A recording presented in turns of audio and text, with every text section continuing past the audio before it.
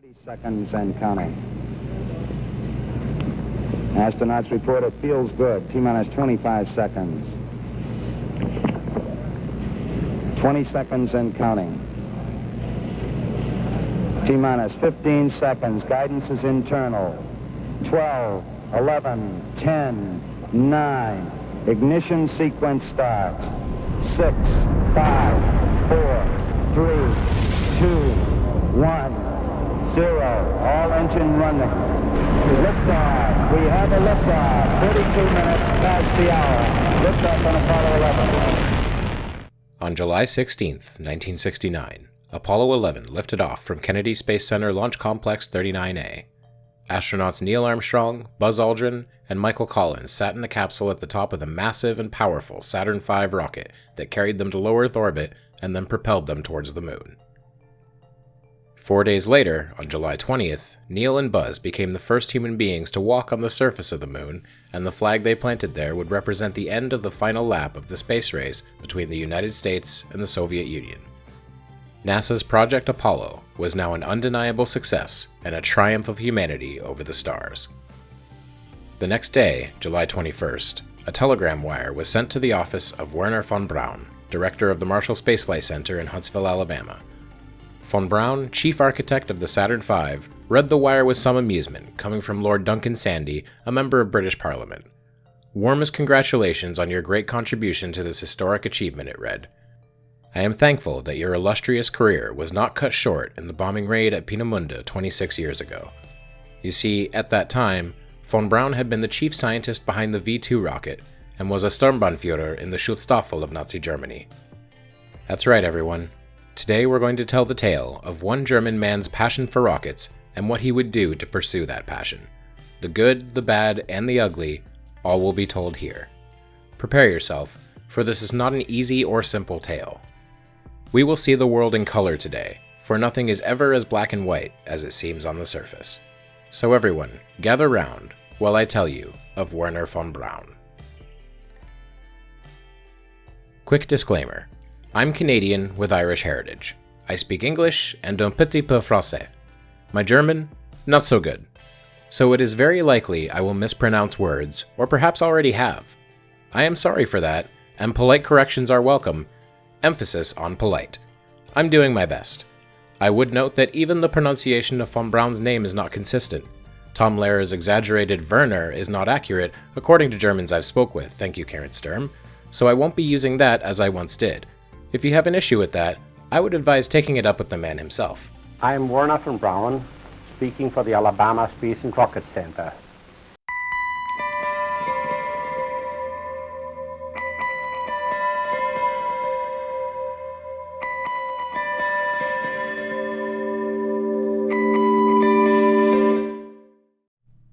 Born in 1912 in the city of Worsitz in Prussian Germany, Wernher von Braun was the middle child of a baron and baroness. Though this title is relatively low in the ranks of German nobility, the von Brauns were certainly anything but poor, and taught their children to take their stations in life relatively early. Wernher was expected to study and learn as much as possible, to take leadership, find his passions, and pursue them. As we will learn, he took this mindset to heart. He was a very bright child. His father recalled that he could read a newspaper upside down by age 4, and while his parents expected him to make farming his life, as his father did, it quickly became clear that this would not be the case. Encouraged by his well-educated and well-traveled mother, his first fixation was music, learning piano and composing his own music by age 15. By then, the von Braun family had moved to Berlin, and Wernher would soon find a new fixation that would stay with him for his entire life. Around this time, a number of companies had begun experimenting with a new technology, black powder rockets as a means of propulsion. Much of the groundwork had already been laid.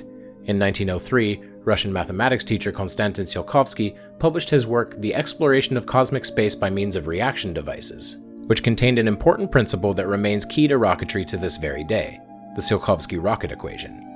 His work wasn't widely popular outside of Russia at the time, but did spur further research and experimentation in rocket propulsion, resulting in the formation of the Society for Studies of Interplanetary Travel in 1924. Before this, on the other side of the world, American engineer Robert Goddard expanded on analysis of rockets, publishing a 1919 work titled A Method of Reaching Extreme Altitudes. More practical than Tsiolkovsky's work, Goddard focused on the design of the rocket engines, pioneering use of the steam turbine de Laval nozzle that would allow for extremely efficient conversion of energy in his own rockets. He would also expand on Tsiolkovsky's ideas for liquid-fueled rockets by developing his own, though he struggled to get the public to take his work seriously. His lofty ideas would float out into the ether of human consciousness and eventually, much later, be picked up by von Braun. But not yet. Though it isn't entirely clear what specifically inspired him, as there were many experiments with primitive rocket-powered vehicles going on at the time, Wernher's first rocket test took place when he was but a 12-year-old headstrong child. He asked for the help of his older brother Sigismund, though his younger brother Magnus was too young to help, only 5 at the time. The two went and bought 6 large fireworks, lashing them to the sides of Wernher's toy wagon, which he had painted specially for the occasion. They then wheeled the wagon into an upscale Berlin street. Wernher hopped aboard, and the small rockets were set alight. Von Braun would later describe the wagon as being completely out of control and trailing fire like a comet's tail as he careened down the street, narrowly missing people and buildings before the rockets burned out and it rolled to a stop. He was promptly arrested, though because nobody had been hurt, he was quickly released under the care of the Minister of Agriculture, who was his father. Sigismund would later give a different account of the event, stating the wagon had in fact struck a woman's legs, ruining her nylons, as well as plowed into a fruit stand. His father paid a small fine, and Wernher was admonished to never repeat such a thing, a lesson he did not quickly learn. As his grades began to slip, partly due to a brief obsession with automobile repair that he pursued with a friend, Wernher was sent away to a boarding school at age 13. While he was there, he received a gift from his mother that would be the true beginning of his lifelong obsession: a telescope. At that age, and in that particular time period, any amateur astronomer might begin to ponder about a vehicle that could take man to the stars, and 2 years later, he would receive his answer. After reading a magazine article about a hypothetical trip to the moon, he found a pamphlet that better illustrated the concept, depicting a rocket speeding through space towards Earth's nearest celestial neighbor. He quickly sent for a copy of a book written by the same author, The Rocket into Interplanetary Space. Little did he know, he would soon be directly mentored by this same man, Hermann Oberth, then a physics professor in Romania. Wernher's life path had quickly changed. Realizing that much of Oberth's book dealt with mathematics, of which he was not a fan, he set to work on understanding and mastering it, while urging his father to let him transfer schools in the next year to one that would allow him to join a group of rocket enthusiasts in Berlin. Around this time, his mother asked him, "Wernher, what do you want to be?" He replied that, "I want to work on the wheel of progress."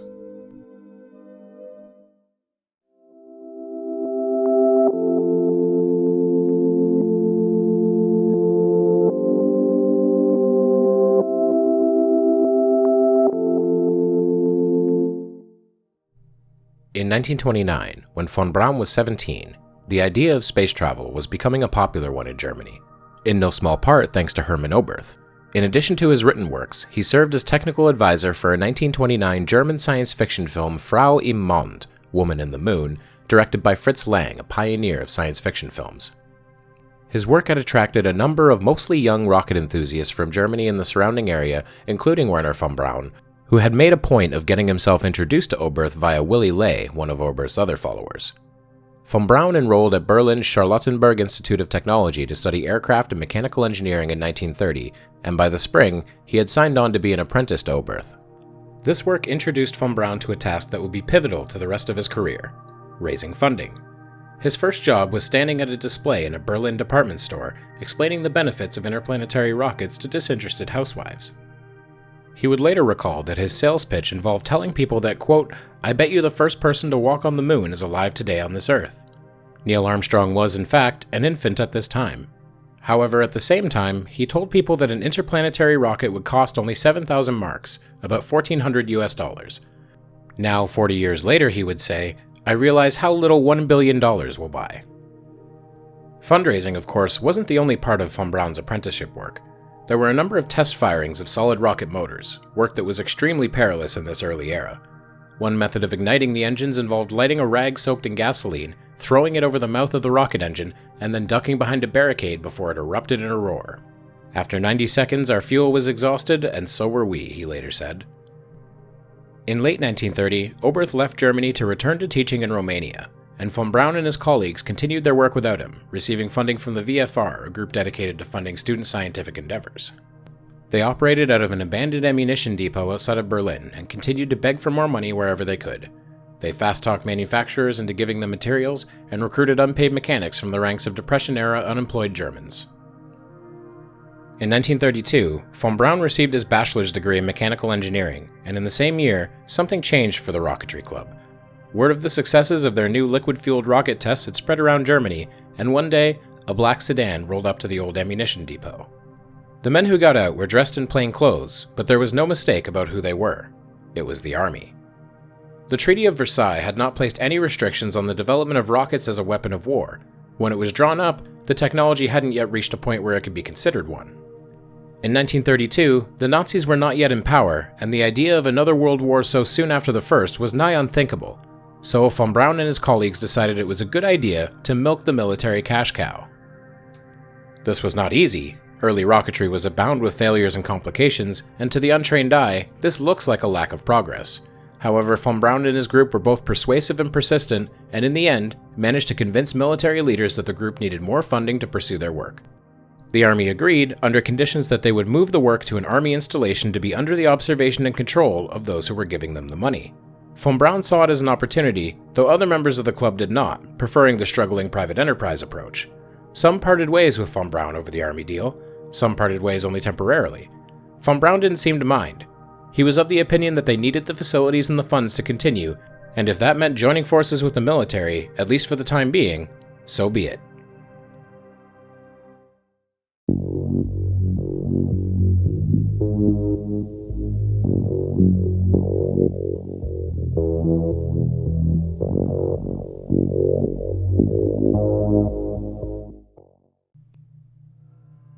In January of 1933, Adolf Hitler was elected Chancellor of Germany, and the Nazi Party's consolidation of power began. Von Braun's father quit all public offices and retired with his wife to a rural estate, while von Braun himself continued his work with the German military. He was now at Kummersdorf, a large estate 25 kilometers south of Berlin, which served as a weapons development center. Work began on the Aggregat program, a series of rockets designed by von Braun which had varying levels of success and varying purposes in those early days. In October of 1934, the team made 2 successful test flights of the second Aggregat rocket, the A-2, in front of senior Army officials on an island in the North Sea. The rockets flew at 2.2 kilometers and then 3.5 and caught the attention of the Luftwaffe, the Air Force branch of the Nazi Wehrmacht. The Luftwaffe offered von Braun's team 5 million marks to develop a rocket-powered aircraft, and not to be outdone, the German Army allocated 6 million marks to continue existing Aggregat development. Von Braun was now 23 years old, with 11 million marks, equivalent to around $2.5 million US, of government spending to work with. Rocketry was officially out of its amateur infancy. In 1935, von Braun visited his parents' estate and discussed the future of his rocketry plans. He and his team were still dedicated to developing a rocket capable of reaching space, but at the same time had to tie it in with the military's goal of developing a rocket that could outperform artillery in terms of pure range.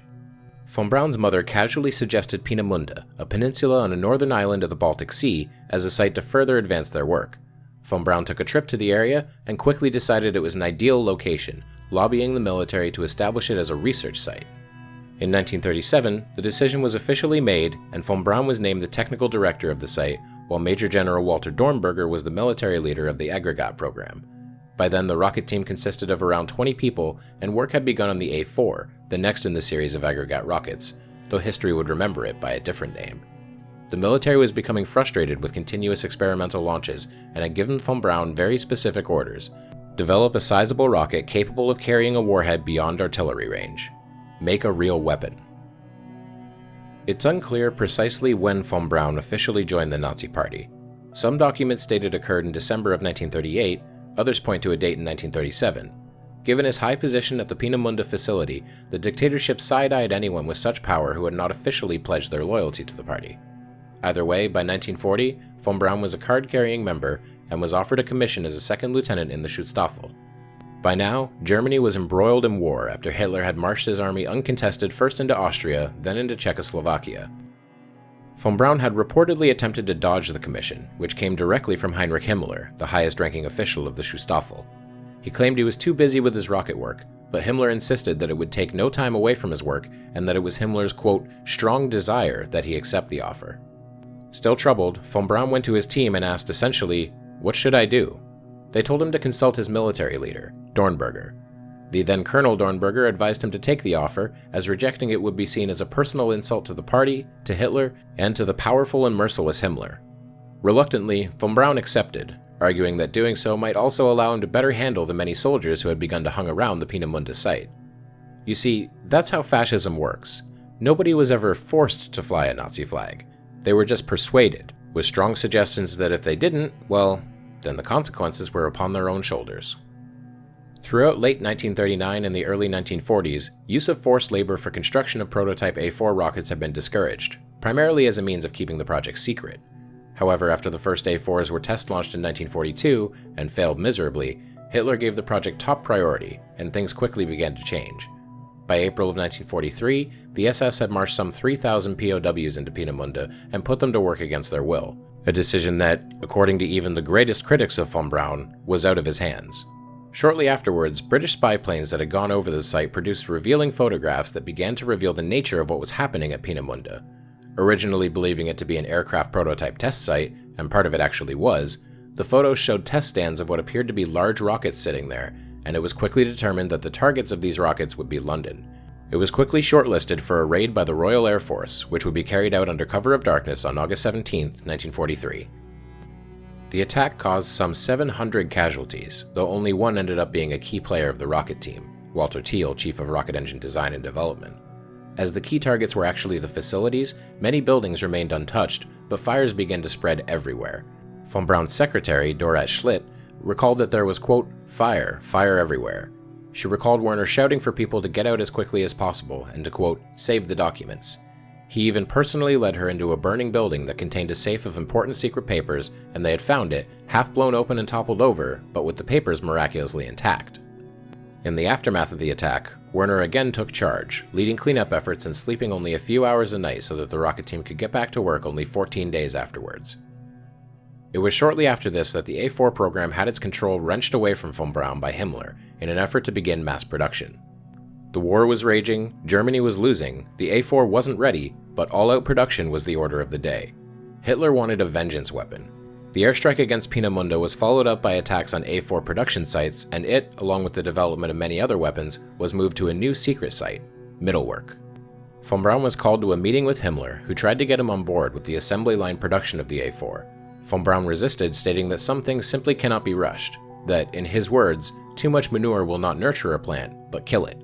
The events of the meeting seemed to von Braun largely inconsequential until he was arrested by the Gestapo only 3 weeks later. Himmler's secret police had a file on von Braun, as they did for anyone with any amount of power or leadership. Generally, these files were kept as a kind of insurance, a method for justifying getting rid of someone when they had outlived their usefulness. What exactly was the charge? Undermining the war effort. One piece of evidence was an overheard conversation on a train in which von Braun stated he was more interested in the A4 as a space vehicle than as a weapon. Another was the fact that von Braun had a plane at Peenemunde with which he could, at any time, quote, fly off to England with the A4 secrets, von Braun later said. The charge was one taken quite seriously, as a high-ranking Nazi soldier, Rudolf Hess, had done almost exactly that and been swiftly imprisoned by the British Armed Forces. The accusations were one that, according to von Braun, could have easily led to him standing before a firing squad, though the entire purpose was to simply take control of the A4 program from him. This effort, however, would not succeed, yet. Major Dornberger, himself a very persuasive and charismatic person, interrupted the proceedings against von Braun after 2 weeks. He had secured an order directly from the Führer to release von Braun on probation. He and Albert Speer, Berlin's war production chief and archenemy of Himmler, had convinced Hitler that von Braun was too important to the rocket program, and he was released. His probation was quickly forgotten by everyone except for the man who had imprisoned him in the first place. However, now, von Braun had directly experienced how a dictatorship worked when one started to disagree with the leadership, and his feelings toward the Third Reich were forever changed.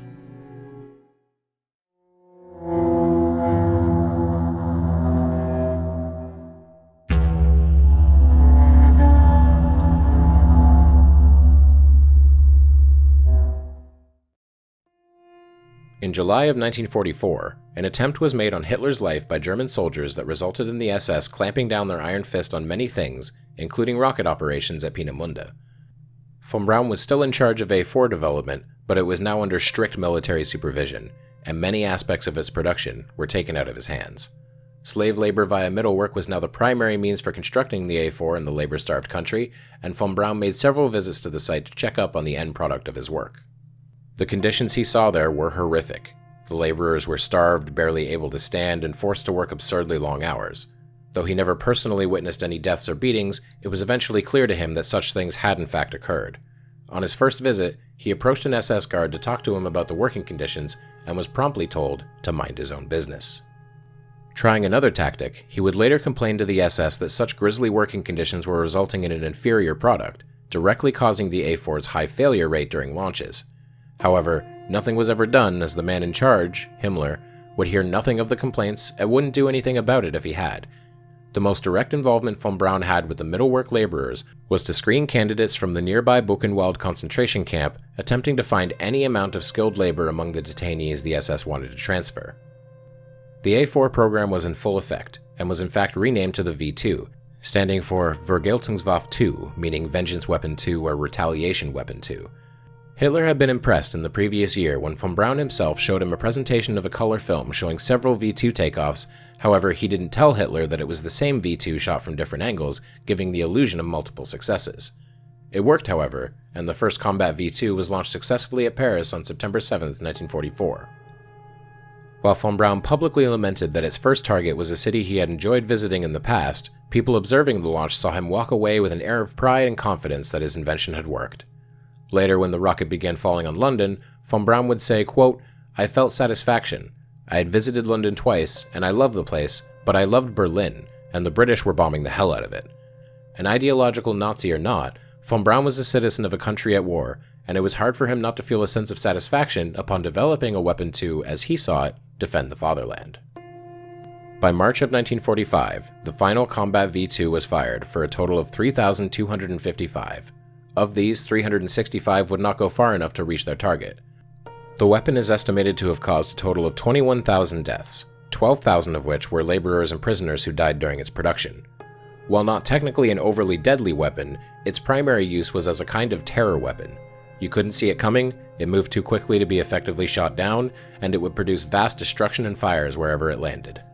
Nevertheless, Germany was starved by the advancing Allied front, and the weapon fell short of Hitler's 1943 decree of 30,000 launches by the end of the war. It is worth mentioning, though, that at some point during these launches, the V2 rocket became the first object to travel into space. MW18014, tested for purely vertical launch capabilities, reached an altitude of 176 kilometers, 76 kilometers above the Kármán line, later established as the entry point to space. While making weapons of war, Wernher had still managed to work toward his long-term goal. It is often asked, did von Braun feel any guilt over the damage and death caused by his rocket? Well, the best answer is, sort of. He was asked this question directly on a number of occasions, and his response was effectively the same each time. Quote, "I have deep and sincere regrets for the victims of the V2 rockets, but there were victims on both sides. A war is a war, and when my country is at war, my duty is to help win that war." Sometimes he would append, "whether or not I had sympathy for the government, which I did not."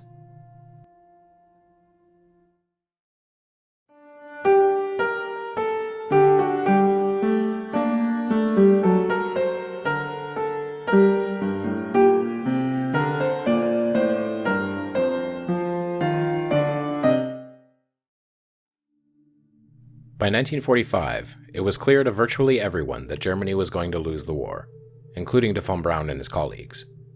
It was officially time to abandon ship and head for greener pastures. The choice of where seemed obvious. Von Braun had no interest in running to the USSR, or Britain, especially given what he was responsible for there. He drew up bogus orders on official SS stationery to move some 5,000 personnel, as well as machinery and documents, up into the Harz Mountains for refuge and eventual rendezvous with American forces. The group moved at night to avoid Allied bombings, driving fast on no sleep without headlights. On one of these nights, the dangerous nature of this movement caught up with them. Von Braun's driver fell asleep at the wheel, and the car behind them recalled seeing his vehicle fly into the air off a railroad track, flipping spectacularly end over end before coming to rest practically in pieces. Von Braun was pulled from the wreckage, having suffered a severely broken arm, but otherwise unharmed. His driver was killed instantly. The team moved from site to site, sometimes staying behind barbed wire guarded by the SS. Von Braun had a hunch at one point that the High Command was planning to liquidate the entire staff rather than have them be captured by the enemy. He managed to convince the guards to allow the team to move to a resort hotel high in the mountains. They waited there for 5 weeks with French troops below them and American troops to the south. Finally, in April, came the big news. Hitler was dead.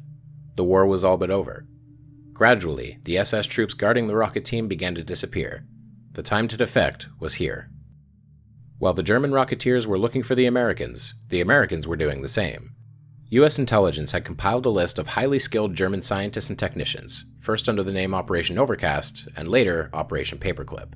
At the top of this list was Wernher von Braun, and as a result, American military leaders were overjoyed to learn that Werner's brother Magnus had ridden a bicycle down to some American troops and announced that he and his team were surrendering, and that, quote, "My brother is Wernher von Braun. He made the V2.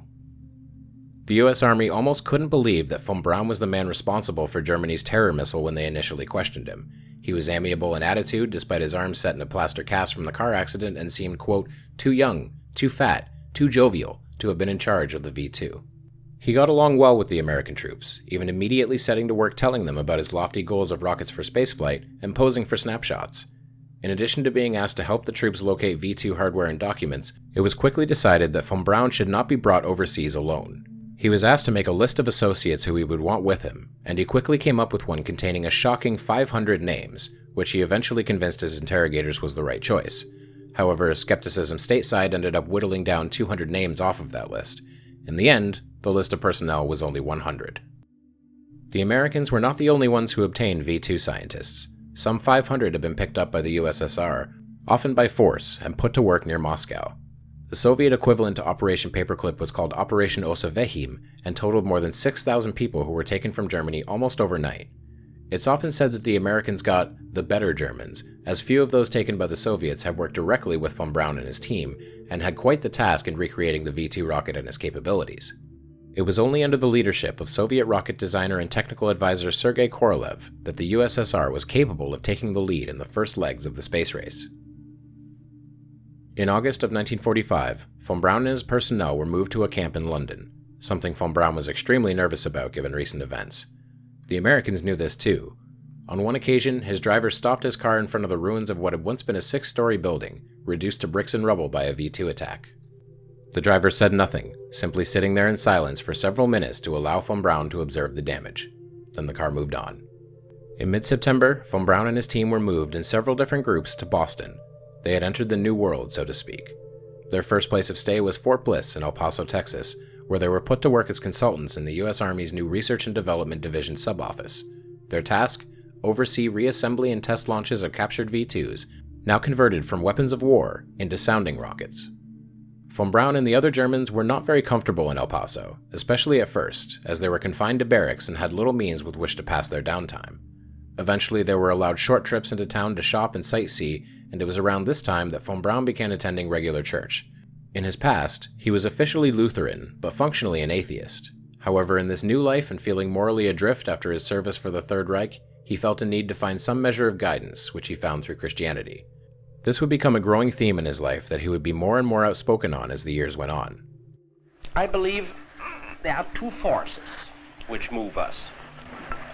One is belief in a last judgment, when every one of us has to account for what he did with God's great gift of life on the earth. Von Braun's first year in the United States could be summed up relatively simply. Assemble and launch V2s, train the Americans to do the same, and think up new space projects for the future. Much as they had in Germany, the first V2 sounding rocket tests went poorly, but they soon gained control over the primitive rocket, resulting in the first United States forays above the Kármán line. With their contracts about to expire, the Americans realized they still had much to learn from the German scientists and drew up new 5-year contracts for them with improved pay, encouraging them to stay. Most did, including von Braun, though he did briefly return to Germany in 1947 to get married. In a tradition of old European aristocracy, he was wed to his cousin, Maria Louise von Kiestorp, in Landshut, Germany, though they were escorted everywhere by 2 U.S. soldiers who asked them to pretend they weren't there. Upon his return, von Braun began again performing work that he had once done for Oberth in his youth, lobbying for support and funding. He attempted to use his natural charisma to propose new projects with larger launch vehicles, but these were all shot down by the Pentagon. The budget simply wasn't there, and all he was able to do outside of V-2 launches was to assist in development of anti-aircraft weaponry. Back to weapons of war. There is one rather amusing story regarding the V-2 test launches, though. One of these had a failure of its gyroscope system, and instead of turning to the north, as intended, it turned south, roared over von Braun and his team's heads, and sailed toward Mexico. By the time US officials had arrived to recover it, they discovered it had landed harmlessly outside a cemetery in Juarez, and Mexican locals had already set up stalls to sell pieces of metal from the rocket.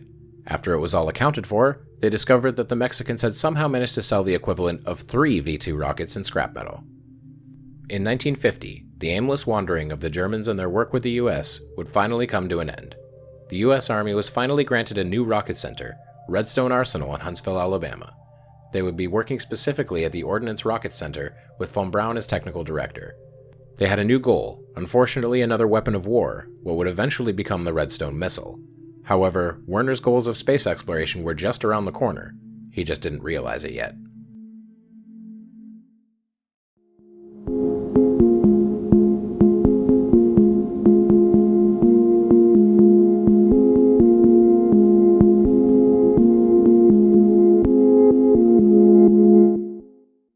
In 1950, the town of Huntsville, Alabama had only a population of 15,000 people.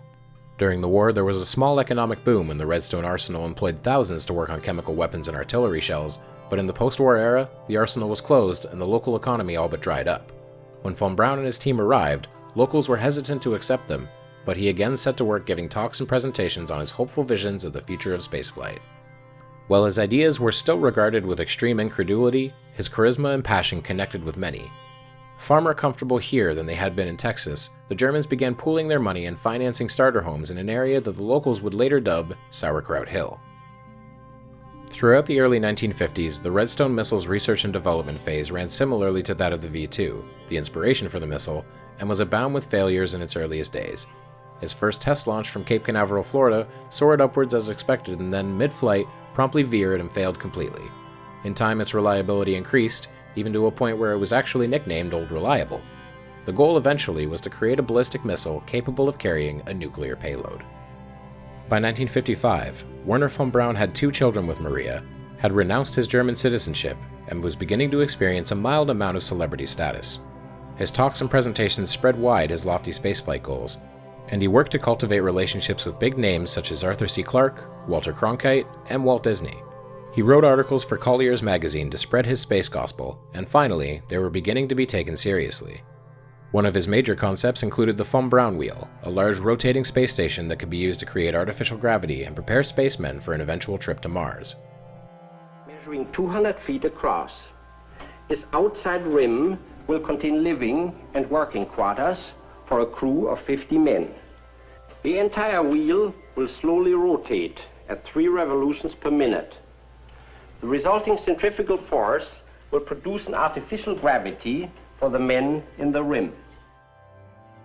Another was the Ferry rocket, an extremely ambitious heavy-lift launch vehicle with elements of reusability that would echo many rockets of the era that followed him.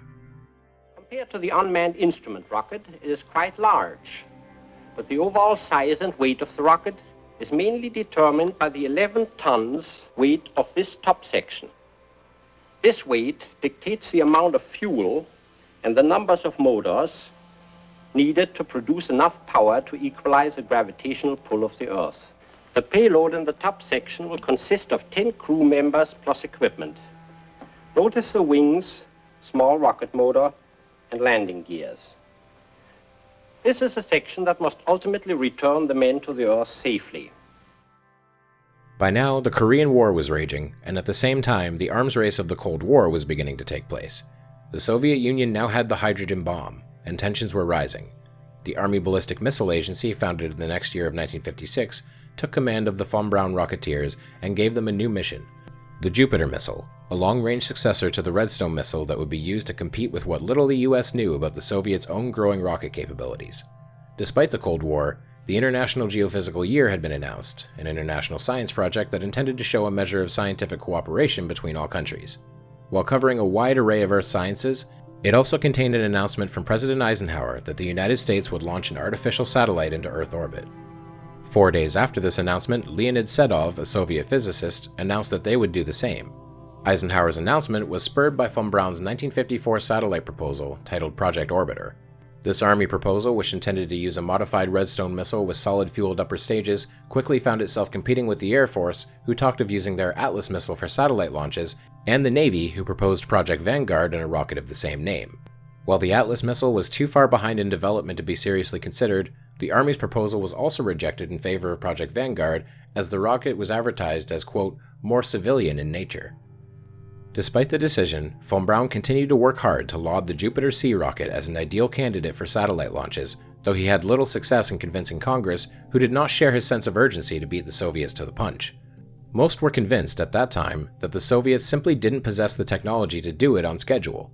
There were also other rumors that the Soviets were deliberately allowed to beat the Americans into orbit, for it would establish a precedent for satellites that would pass over the entire world and present a valuable reconnaissance opportunity that the Soviets would no longer be able to rebuke.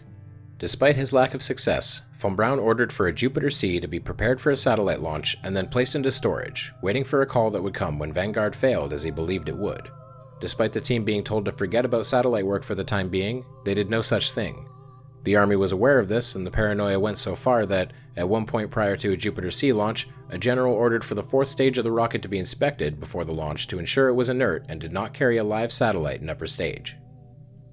On October 4th, 1957, the space race was officially kicked off when the Soviet Union successfully launched Sputnik 1, the world's first artificial satellite, into orbit. Just as von Braun had warned, a red star had appeared in the heavens, and the space age had begun.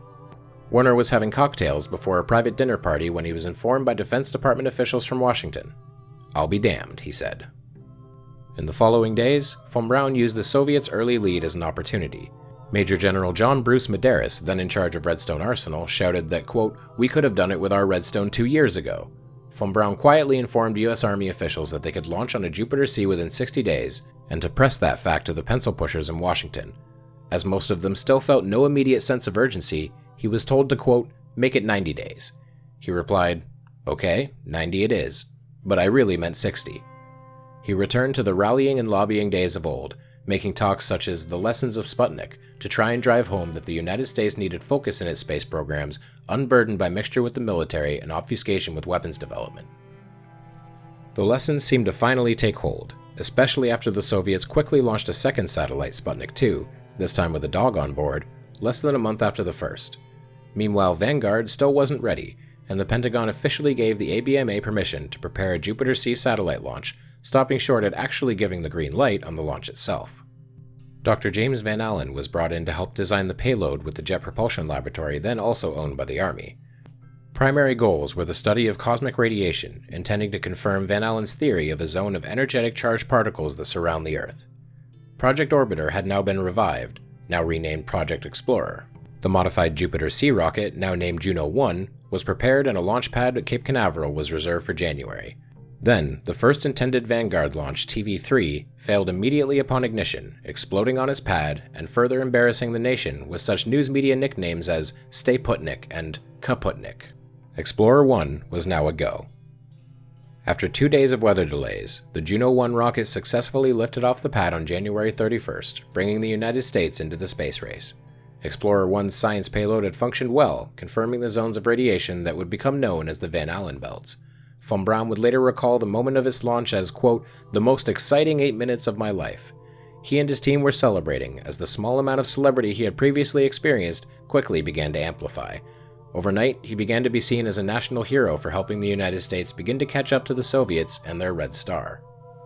Shortly after Explorer's launch, a group of New York first graders wrote to him with suggestions for future satellite designs. He wrote back and thanked them, including an autographed photo of himself, which their teacher hung up on the wall and designated the class Werner's Little Learners. Not wanting to make the mistake of cobbling together rockets to try and play catch-up, von Braun began to lobby for permission to create and test launch larger and more innovative launch systems. They submitted a proposal for a booster they called Nova, for which they received $10 million to begin development on. This work, as you might be able to tell, would eventually lead to the Saturn family of rockets. In April of 1958, Eisenhower began the process of founding a new civilian space agency, NASA, and all eyes were on von Braun and his team, hoping to transfer them there. The process took some time. The Army officials were reluctant to let the Germans go, and his team was busy with their Nova development work. However, by the end of the year, the team would be transferred to NASA, and plans for their first 3 programs were already being loosely laid out. Mercury, a 1-man space capsule, Gemini, a 2-man space capsule originally planned by the Air Force, and Apollo, the goal of which was not immediately made clear. Von Braun began working with NASA teams on integrating the Redstone booster with this new 1-man capsule, planning to beat the Soviets to putting a man in space and finally gaining the upper hand in the space race. But things never quite go as planned, do they?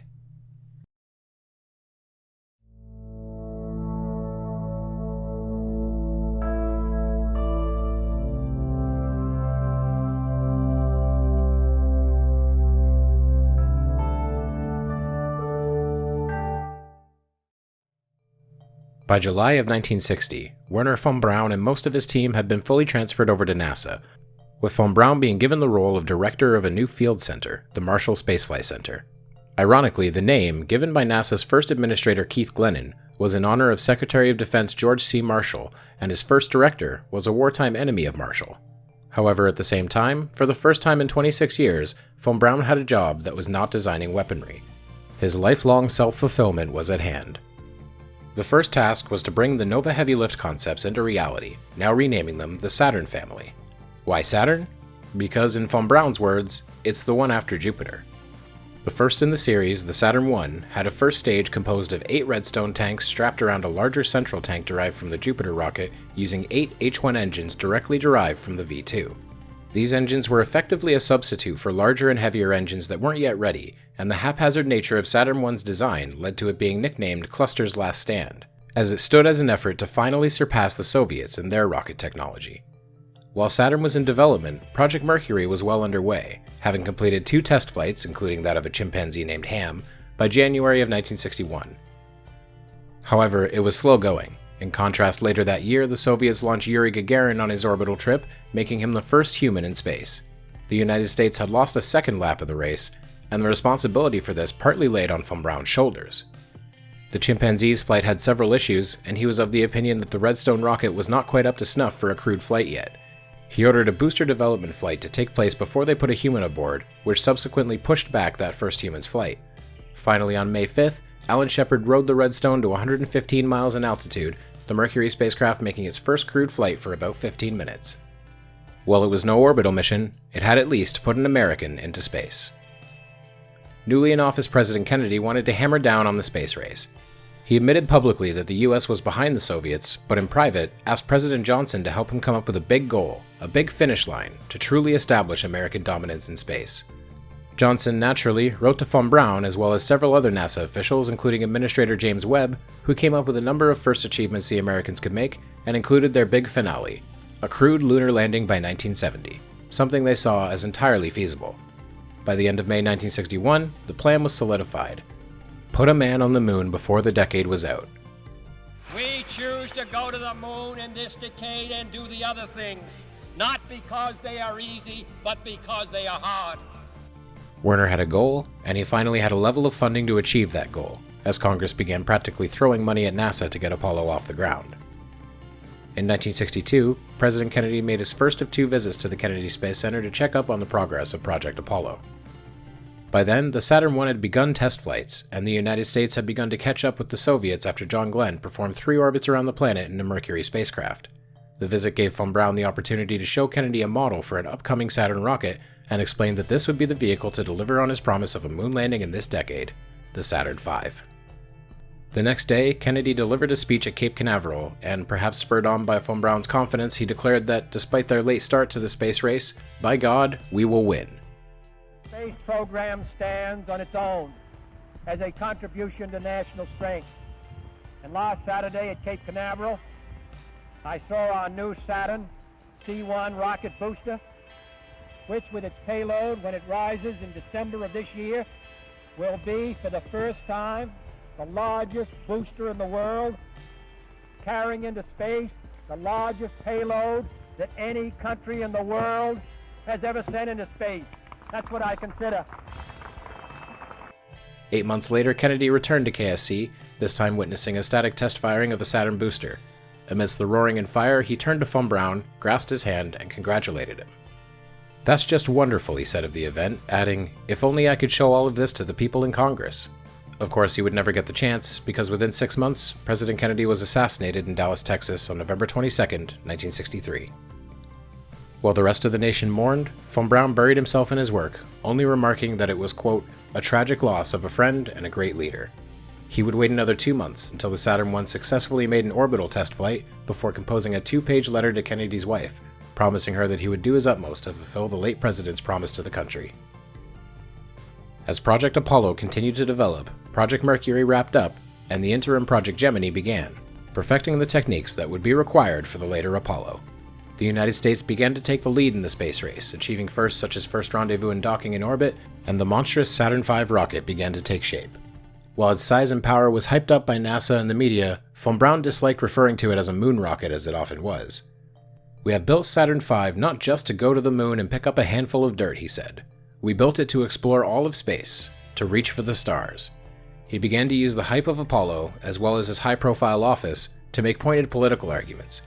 Stressing the importance of teamwork and how crucial it was to the success of Apollo, he spoke about equal employment opportunities and for the civil rights of Black Americans. Equal employment opportunity in the federal government is the cornerstone of our federal merit system. It can be traced back almost 80 years to the Civil Service Act itself. However, it was not until 1961, after the issuance of several orders barring discrimination in the federal government, that President John F. Kennedy issued Executive Order 10925, establishing a new program of equal employment opportunity in the federal service. It declared it to be the plain and positive obligation of the United States government to promote and ensure equal opportunity for all qualified persons, without regard to race, creed, color, or national origin, employed or seeking employment with the federal government and on government contracts. He also spoke highly of how space exploration could be used for Earth resources research, examining the climate of the planet, the state of forests, and more. Project Apollo built and built, employing some 375,000 people across 20,000 different companies, large and small. Von Braun spent large amounts of time lobbying the project against his louder critics, who called it a moondoggle and denounced its large expenditures. "The NASA budget is not being spent on the moon," he said. "It is rather being spent here on Earth. It provides new jobs, new products, new processes, new companies, and whole new industries." In 1967, a major setback came in the form of the Apollo 1 tragedy. While performing an on-the-pad test of their spacecraft, astronauts Gus Grissom, Ed White, and Roger B. Chaffee were consumed in fire when faulty electrical wiring in their capsule ignited the pure oxygen environment, and they were unable to get out in time. Things slowed down as an investigation began and NASA began to face intense scrutiny, but 18 months later, the project got back on track, beginning with a party to get everyone in the mood again, suggested by von Braun, in which Marshall employees would perform a roast of Alan Shepard, who had since been grounded for medical reasons and made chief of the astronaut office. At the event, von Braun made a particularly enthusiastic speech to encourage everyone. The affair left everyone in great spirits, who prepared to get back to work and to answer the beckoning call of the moon.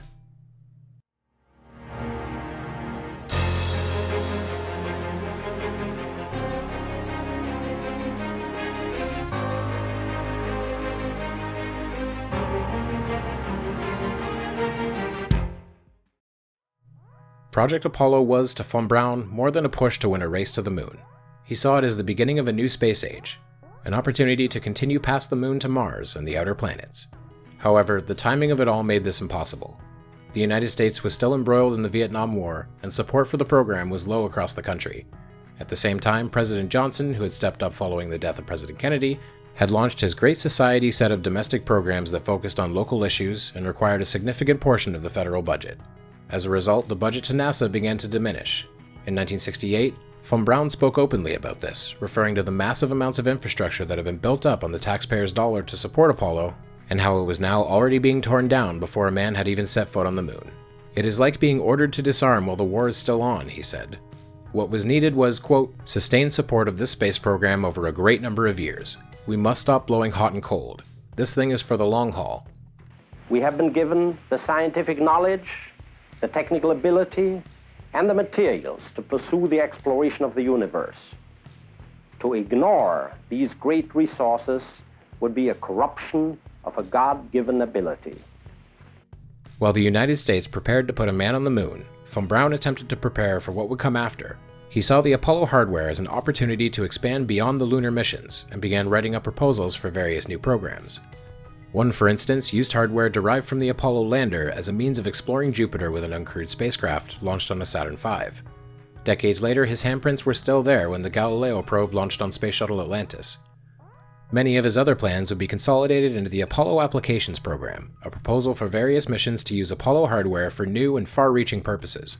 Unfortunately, the only aspect of this program to survive would be Skylab, NASA's first space station, which was built out of an unused S-4B upper stage of the Saturn V. While he dreamed of going beyond the moon, the first Saturn V had lifted off successfully, while the smaller Saturn 1B had been performing much the same. Time was catching up with von Braun, and before he knew it, preparations were being made for Apollo 11. Just 2 weeks before liftoff, von Braun and his wife slipped away for a quick vacation to Greece. There, von Braun visited the Temple of Apollo on the island of Delos.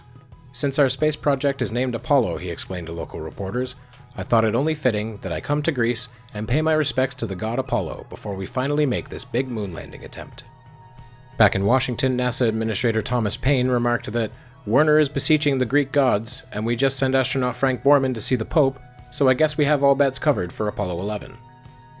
After several days of preparation, tension, news conferences, and more preparation, the day finally came. Von Braun watched from the control room as his mighty Saturn V roared to life and ascended into the heavens, carrying the three-man crew on their way to make history. I've always enjoyed this photo of von Braun after the launch, which all captions tend to describe as him relaxing. Does he look relaxed to you? He looks like he's on cloud 9 to me. I can't blame him. He had been waiting decades for this moment. After 2 days of celebratory dinners and drinks, von Braun returned to Houston to be present for the landing. He was at his seat when Apollo 11 entered lunar orbit, when the lander touched down, and when Armstrong stepped off the ladder and gave his historic first words. "It's one small step for man, one giant leap for mankind." Joining him across the world, over 500 million people watched on television or listened on the radio as Armstrong and Aldrin fulfilled Kennedy's promise to the nation, thanks in no small part to the naturalized American rocket scientist who watched from mission control. When he returned to Rocket City, aka Huntsville, he received an exuberant warm welcome from the Marshall team. He thanked them, emphasized the team effort that was Project Apollo, and reinforced that the work was far from over. "The spaceflights must continue," he said. "The ultimate destiny of man is no longer confined to the Earth. Maybe one of these days we'll even have a man on Mars." Von Braun was now a full-fledged national hero in the eyes of many. The Apollo 11 crew, after their return, presented him with a signed copy of their book, First on the Moon, and inscribed within, "To Wernher, who postulated, predicted, advertised, conned, pulled, and finally pushed to make us first on the moon." In the wake of the first lunar landing, much of the country took a moment to reflect on how they got there.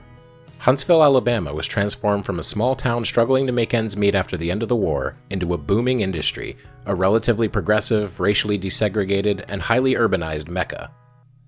In addition, the German Rocketeers had been instrumental, pun intended, in the formation of the Huntsville Symphony Orchestra, with many of its original members being spouses and children of the Germans.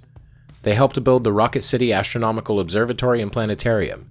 Their promotion of equal opportunity employment and denouncement of Alabama's Jim Crow laws helped push the civil rights movement forward. They pushed for graduate education in science and technology, with von Braun's speeches helping to secure funding for new schools and programs, building an educated populace of scientists and engineers. However, now that the space race was effectively over, some of von Braun's darkest days lie just ahead.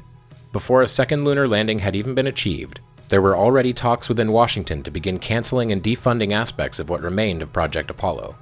How many times must we prove that we beat the Russians, they would argue. While von Braun continued to outline the Apollo Applications Program and other proposals for the post-Apollo space program, he was approached by Administrator Tom Paine with an offer. Leave Huntsville and transfer to Washington to become head of planning for NASA. He was reluctant as he quite enjoyed his job at Marshall, but his wife saw a great opportunity. Maria was a socialite who enjoyed arts and theater, and there simply wasn't enough of it in Alabama for her. At the same time, Paine was assuring him that the only person who could sell the agency's 20-year plan to Washington was von Braun. He eventually agreed, and word of his transfer leaked to the public before he could even do it himself, being on vacation with his family at the time. Von Braun emerged from his vacation in 1970 to address the rumors, sporting a full beard for the first time in his life. He explained his move to Washington and the reasons behind it to a dismayed team that saw only the loss of their leader, and a week before the move was made, threw their own personal holiday, Wernher von Braun Day. They had a parade, presented him with gifts, and unveiled a permanent stone monument to him at the Marshall Space Flight Center. The Huntsville City Council president presented him with a copy of a council resolution for a new building, a $15 million cultural, entertainment, and convention complex named the Von Braun Civic Center. Behind him, as the resolution copy was given to him, a sign read, Dr. Wernher von Braun, Huntsville's first citizen, on loan to Washington, D.C. After the big public send-off, the Marshall team held a smaller going-away party at Redstone, with a less than upbeat mood. While the public perception was that he was going on to bigger and better things, many were skeptical and simply didn't want to say Auf Wiedersehen to the man who had brought them this far. However, the deed was done. Von Braun was Washington-bound for his frustrating final days.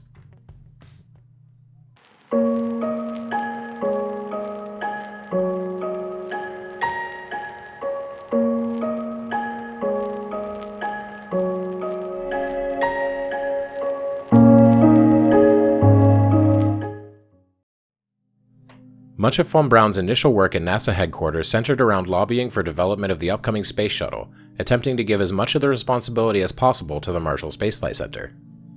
By then, Richard Nixon was president, and while he quietly made public approval for von Braun's proposal of a manned Mars mission by 1982, it lacked the passion of Kennedy's Moon Challenge and did nothing to inspire the nation to pursue it.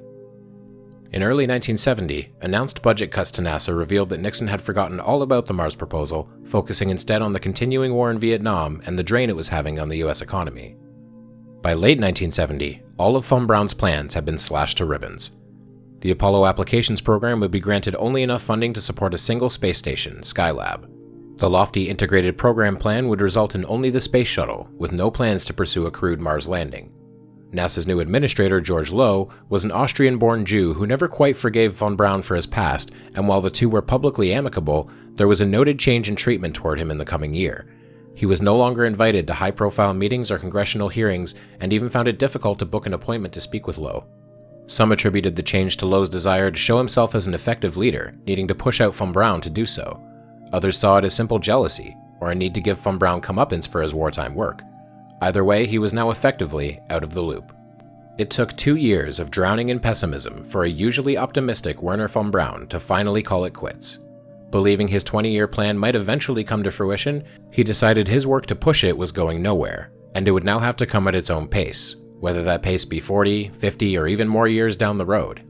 He quietly advised his staff to seek other positions with private industries, and on May 26, 1972, announced his retirement from NASA. A final small, sad going-away party was thrown, and after he left, his position at NASA headquarters was also retired. The glory days of NASA, and of von Braun, were officially over. Wernher, with the help of an old Peenemunde friend, quickly became vice president of Fairchild Industries in Maryland, working with them on a satellite program. He returned to lobbying and speechmaking, touting the benefits of communications satellites for education in the developing world. However, in the next year, he received grim news after a routine trip to the doctor's office. A shadow around his left kidney found in an X-ray.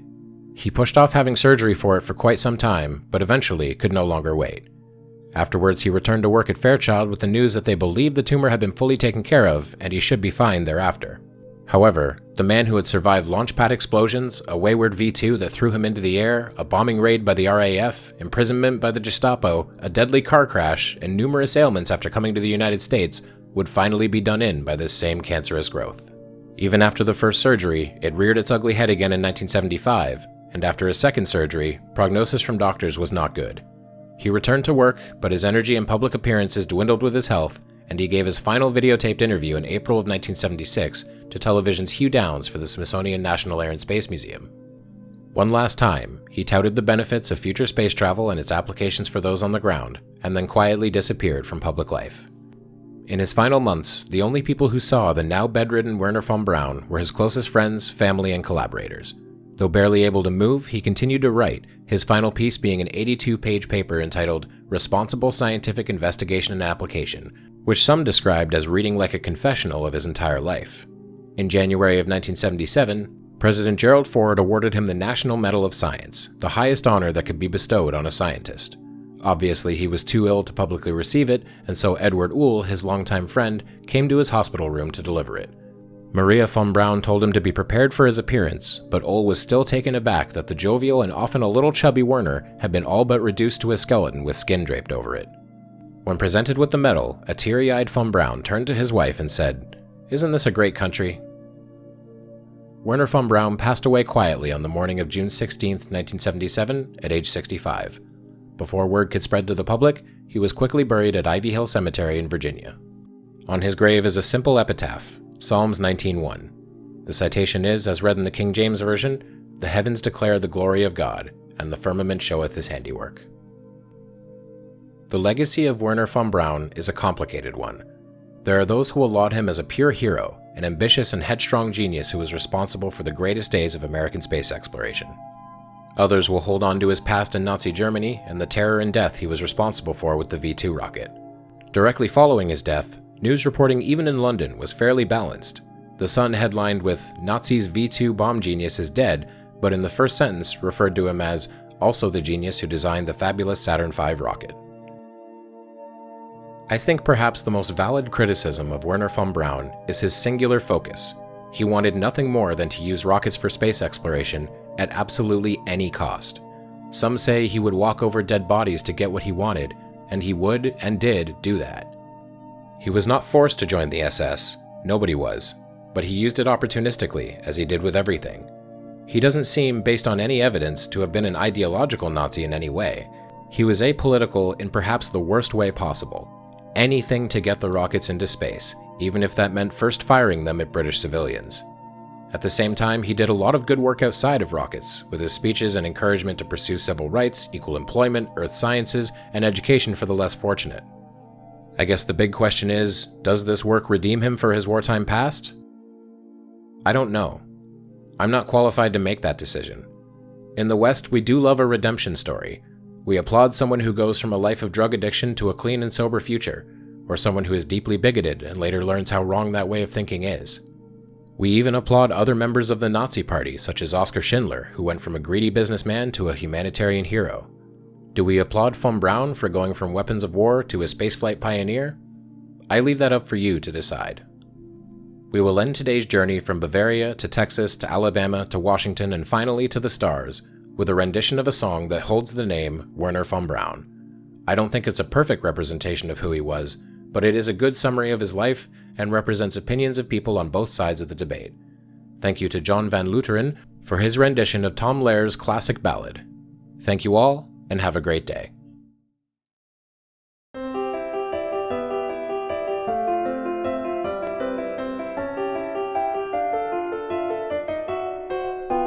Gather round while I sing you of Wernher von Braun, a man whose allegiance is ruled by expedience. Call him a Nazi, he won't even frown. Nazi schmazi, says Wernher von Braun. Don't say that he's hypocritical, say rather that he's apolitical. Once the rockets are up, who cares where they come down? That's not my department, says Wernher von Braun. Some have harsh words for this man of renown, but some think our attitude should be one of gratitude, like the widows and cripples in old London town, who owe their large pensions to Wernher von Braun.